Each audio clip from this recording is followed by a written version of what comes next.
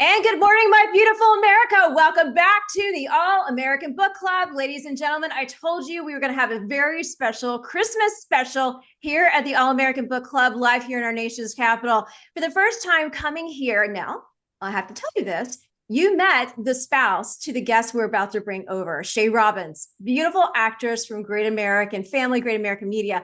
Well, today you get to meet her husband, Brad Robbins. He is in the group GENTRI, the Gentleman Trio. They've been around for just about a decade, and they have their brand new Christmas album. But I'm just going to tell you now, just go to Spotify and download everything. They have Broadway, they have hymns, they have patriotism, and they have Christmas. So please help me welcome to the show, Brad Robbins. I am so thankful to have you here. I am just so excited to be back in your amazing energy and presence. Uh, what people don't know, and they would never guess, is that this is only our second time interacting because we feel like lifelong friends. We met a Yes. few, I guess it would be a month or two ago in Yep. Franklin at one of Shay's premieres, Mhm. and you're just magnetic. You're electric, and I will say I feel disappointed the hotel didn't have a Christmas tree for me so I could match your aesthetic on the call. Hey, don't worry. You have sparkles behind you. It still looks good. So I love it. I love it. I am so grateful to you and Shay. Yes, like you said, we've only known each other for a couple months, but I feel like you guys are family. And I am so grateful for what you have been doing to support each other and your respective careers. Being around you two at Franklin when we were doing the Great American Christmas premiere of A Christmas Prayer, it was just so neat to see you two supporting one another on the red carpet, but then seeing it was the real thing. And just being able to spend time with you guys, to hear you talking about your families, talking about Gentry, talking about how it all began.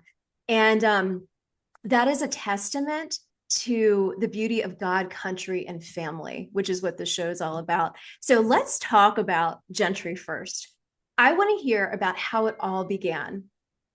Yeah. So the short story is we met over 10 years ago in a regional production of our favorite musical, Les Miserables, which ironically, Shay was in that production. Oh, Um, really? she Okay. was, yeah. She played woman number four, I think, which is ironic because if you know anything about Shay, musical theater is her first love. Mhm. She is an ingenue to a T, but at that time she was in the ensemble. But I played Marius. Casey Elliott, one of my Mhm. partners in the group, played Jean Valjean. Yep. Bradley Quinn, the third of the singers, played Enjolras. Hmm. And shortly after that production, at the recommendation of Casey's wife, actually, we decided to form this group, which initially we kind of thought was a little bit of a ridiculous idea. It's like, okay, here we are, like almost 30. It's like, you really think the best next professional move is like forming a boy band? Like, okay. But we're entrepreneurial at heart, and we started really thinking about it. We're like, actually, this could be a really interesting idea depending on the direction that we take and the approach that we take. Hmm. And frankly, like the rest is history. It's like our first and last phone call was to Steven Nelson, who actually is the fourth member of the group. He's our music director, composer, arranger, and producer. And this idea of pioneering this genre that we have come to refer to as a cinematic pop sound, which Hmm. blends cinematic orchestral elements with three-part contemporary tenor harmony, has just kind of been this really interesting blend, to your point, which has allowed us to go really hard at Christmas, which we love and we do every Yeah. year and have done for the last decade, but also Mhm. do Broadway and cover everyone from Adele to Bruno Mars and the Beatles, as well Right. as pioneer our own original sound, which has been Hmm. super fun. So tell me about the name. This is one of my favorite stories. I love how this name came up. Yeah, so we had a running Google sheet, and every night we would all hop on and we would like put our ideas for names. We probably had literally 400 to 500 names on this sheet. Hmm. The vast majority, if not all of them, were absolutely terrible. I mean, just awful names, completely not brand worthy. And I remember one night getting ready for bed, I had my laptop open. I was expressing this frustration to Shay of like, it is really hard to name a music group. And like, in your mind's eye see something that when you see up on the side of a building, like, coming, this November, this group. Right. And so I go to the bathroom, I'm brushing my teeth. She's, of course, just like scrolling on social media before bed, as we all do. Yeah. And without even looking up from her phone, she turns to me and she's just like, well, why don't you just call the group Gentry, short for the Gentleman Trio, and spell it with an I? And then just keep scrolling. Oh my And gosh. So matter of fact. I'm just like, I wanted to like spit the toothpaste out all over the mirror and be like, are you kidding me? We've been working on this like tirelessly for weeks and have barely had an ounce of a good idea. And you just come up Yeah. with the name of the group. Well, I texted the group and it was an instant absolutely from everyone. Like we just knew like this is what the group needed to be called. So all Yeah. credit to Shay Yes, and her absolutely. creative brilliance on that. So I want to hear about celebrating a decade. You guys have been doing this since 2014, like you mentioned on your website, and watching your tour this Christmas season, the energy behind it, working with the boys choir, seeing how your fans just really connect with you guys. Talk to me about seeing it from start to where it is now. I mean, what continues to inspire you? Is it your audience? Is it the crowd? Is it the stories you hear? What has really kind of impacted you? Yeah, there's a few things to unpack here. The first thing I'll say before I get into like where we're at today and more specifically in real time, like literally being in the middle of the The Christmas tour. tour as we're filming this. Um, so we've gone through a number of significant inflection points. The first one obviously was the very first time that we ever got together as a group. Mm-hmm. Again, if we're being honest, it's a little bit of a ridiculous idea. We're almost 30. We're going to start a boy band in one of the most difficult, volatile industries out Yeah. there. Yeah, I exactly. mean, there's a reason that you and your colleagues go out and do karaoke and pretend Yeah. like you're a rock star, right? Because it just seems like Yeah. this pipe dream, this fantasy. And yet, from the very first time we sang together, not Mm-hmm. only was there something different when all four of us heard those three voices come together in Mm-hmm. what was actually perfect unison, even though Mm-hmm. we're known more so for our harmony, that just like sent this electric shock through us of like, wow, that was not expected and different. But then from that moment, there was never a doubt as to whether it was going to work. And I don't know how else to describe it other than just this clarity and confidence that we didn't know how in the world we were going to make it happen.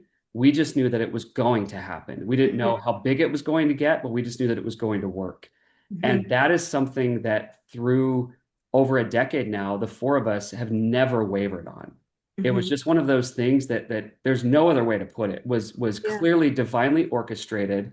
And it was Yes. one of those like this is where faith is going to come into play, right? It's like Yes. you're Absolutely. just going to take the steps, not knowing where you're going, how you're going to do it, and Mm-hmm. somehow, some way, it's going to work out. And I'll say this: it has been the most unorthodox music journey that you're going to find Mm-hmm. out there, and even people that we've met across the industry at some of the higher levels, like that have come in and observed or even participated, they're just like, this is very different. And we're like, yeah, and it wasn't planned. It just kind of happened. So that obviously takes you through the beginning. We started out coming out of Les Mis. Well, fast forward to 2020, which was just Mm-hmm. a train wreck of a year for so Right. many reasons, but Right. specifically for an industry that is reliant on bringing people together, right? Right. Right. Talk about like chaos. Well, that ended up being one of the biggest blessings in disguise. Mm-hmm. And which in retrospect, is very contrary to how I initially felt. I was angry. I was frustrated. I'm like, what? Yeah. We just spent 6 years building this thing just to see it crumble, Yeah. at the hands of something beyond our control. Well, what that allowed us to do was reevaluate the direction of the group and actually prioritize the thing that we found we were most passionate about, Mm-hmm. which we love performing all times of the year, all different genre of music, but we have always loved Christmas. Yeah. It is a time that just personally each of us looked forward to, that we all had nostalgia, traditions, great memories of growing up. Mm-hmm. But frankly, like the area that we felt like as a group we could unlock our biggest superpower. Yeah. bringing Oh, our absolutely. sound, our passion, our love for this season through the lens of Gentry, and fast forward to 2021 as a way to kind of like reboot the group. That the same theater that we met at in 2014 became Hmm. the only theater in the world to get the performance rights to Les Mis again. And we had the opportunity to come back, reprise those roles, and it Hmm. really like re-jump started the group, which dovetailed into a great tour in 2021 at Christmas time. And as early at, or as recently rather as this year, which has Hmm. been probably one of our busiest years, our 10th anniversary year, we Yeah. had the chance to go back to that theater again and do a 3 week residency this summer, Oh, neat. 9 shows a week for 3 weeks, probably the most intense thing vocally we've ever done. We released a Broadway album in conjunction with that residency. Um, Obviously, it was super fun to revisit a lot of our non-Christmas music, but that just led seamlessly into the tour that, like I said, we're literally on the road doing at the time of this recording, which I would consider to be our biggest, best, frankly, just probably best, well put together show we've done at Christmas time. I watched the interactions of your audience, your fans, when you've been on this tour. And it's been amazing to see you guys impact so many people. And I remember years ago, I was working during the Bush administration and working in the Senate. It was right after 9/11. And we found during that time period, you know, music and the arts impact more so than any legislation, any president's speech ever will, because you're touching the very heart and soul. And it's a way of expressing, it's a way of giving hope. And I have seen that in the short term I've known you and Shay, but I've seen that in watching your music and seeing the different types that you've put out and how that you have brought together people. You've given people hope. I think I saw somebody who was pregnant.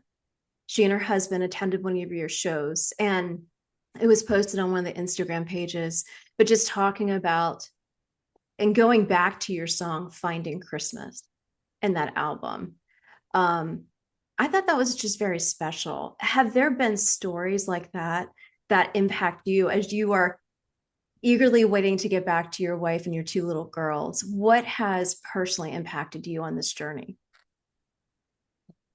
Excuse me. Yeah, where do I even begin? Um, you alluded to this. Music is the most powerful force, Mm-hmm. arguably the most powerful force on this earth. In 2008, I was in a musical with the legendary Merrill Osmond of the original Osmond Brothers. I mean, we're talking a guy that had seen it all through over 5 decades of this industry. And I shared a dressing room with him. And so we had a lot of just kind of casual, unplanned conversations. Naturally, it turned again and again to music. One of the things he said that I'll never forget, he looked at me and said, "Do you know why music is the most powerful force in the world?" I said, Mm-hmm. "Well, I have a feeling I'm about to be educated by a legend here. Please Yeah. let me know." He said, "Because it has the power to bypass the conscious and speak directly to the subconscious," which I think, why, Yes. for better or for worse, music is the most powerful force in the world. You can say things through music that Yes. you can't get away with saying to someone's face, again, for better or for worse. And Mm-hmm. as we thought through what we wanted our approach to be with this group and what we wanted to stand for, we made the realization that like this now how big the platform will be, we don't know, Mm-hmm. but the stage is sacred and it needs to be treated as such. And whatever, you communicate from stage, like there's a level of accountability there. And that's where I think just our love and passion for Christmas came Mm-hmm. through. Is like this was an opportunity to speak about, to sing about, in a way to testify about something that is so near and dear to us, Mm-hmm. without like maybe to put it weirdly, like in a more socially acceptable way, Yeah. right? Like I you understand. sing the iconic "Oh Holy Night," "Silent Right. Night," "Little Right. Drummer Boy," whatever the song is, like people are more receptive to that this time of year by nature of the medium through which it's being communicated. Exactly. And to answer your question around the stories, so um, we all do different things. Like, we're musicians, but we're entrepreneurial. We have other ventures. Um, no other line of work that I've ever been in have I ever received a message, an email, or face to face been told through Hmm. through tear-filled eyes that something I did sold had the level of impact that the music that we've produced has had. Right. Absolutely. I mean, we're not to get too personal, but I mean, the number of times we have literally been reached out to saying, I or a spouse or a relative or a friend is within hours of passing, and Yeah. their Yeah. one request is, can they play your song? Can you sing this song? Can they hear Yep. this song? And Yep. that to me really puts things in perspective. I mean, It you were does. hours from, or days or whatever the case may be from going from one life to the next, and the only thing on your mind Hmm. is, I want music. I want something that's going to soothe my soul as I make this amazing transition. Yes. Well put. Very well put. I heard, I don't know who it was out of your group, but I heard that testimony in one of the albums. It was one of your mother's. That was Pat. Was that yours? It was Stephen, It was our Stephen. our Okay. music director and producer. Okay. Yeah, lost his Okay. mother to a it was stage 4 cancer that they found at that point. Obviously, time was very, very short. Yeah. And that particular song, "Be Still My Soul," which Yes. I think to Yeah. this day one of our favorite Mm. bittersweet arrangements to sing, because Yes. usually when we sing it's at a bittersweet, uh, scenario, typically a funeral or something. But yeah, it's a very tender story. Obviously, he tells it from his perspective in the video, but Mm. one that is an arrangement that still continues to bless so many hearts today at a time where that peace and that hope is desperately needed, especially in a time of loss. Absolutely. We have a little under 2 minutes left. So I want to give you an opportunity, as we head into America 250, America's celebration. You had sent me something when we were all together in Franklin, and it's the patriotic medley that you can find on YouTube, but it has made such an impact on the people I've shared it with. And I'm curious as we head into 2026, where can people get more involved with you and Gentry to say, hey, I heard that, I saw that, I want them. I want them to come and perform. I want them to come and be a part of our celebrations. What's the best way for people to reach you? Is it going to the website, social? What's the best way? Yeah, I mean, definitely connect this on social media at Gentry Music. That's Gentry, GENTRI. Mhm. Our website is gentrymusic.com. You can reach out to our team there if there is interest in booking us and things of that nature. But at a minimum, like, we hope that people enjoy what we've put out. Even you mentioned that patriotic medley, one of the first arrangements that we Mhm. did. We love God, we love our families, but we love our country. Our Yeah. country is not perfect, but we've collectively we've toured the world as a group, as individuals, and it's still a pretty great place to live. Yeah, it is. It is not called the land of opportunity for no reason. We get to do what we do by nature of where we founded this group in this amazing country. And the values of it are eternal values. There's a reason that they've withstood the test of time, and we can disagree on things politically, but at the end of the day, like, if we can find common ground in the values that made America what it is and will continue to make it such a wonderful place, like, it can continue to do its thing. And we're very proud of that. We hope that next year we have opportunities to get involved in the celebration of the 250th birthday of our country, because we love our country, and we want to be involved. Yes, absolutely. Okay, I'm going to put you on the spot. I should have asked you before. How's your throat? Can you sing a couple lines, or are you still coughing? I see you coughing. Still coughing, also nice and early. But the good news is, like you said, for those that want to hear it, better than me as a solo is hearing the magical harmony of Gentry with that Yes. cinematic orchestration. So that will be the cliffhanger to get people to go check out our brand new Christmas album, Emmanuel, which is actually our fourth Christmas album that we've produced and released, one that we're super proud of. And it won't take you long listening to that to hear kind of this unique Yes, cinematic pop absolutely. twist that Gentry brings. Yeah, I'll leave it on that note. No pun intended. All is well with the boys' choir. Oh, so impactful. Well done on that. Absolutely stunning. Absolutely beautiful. So thank you for that.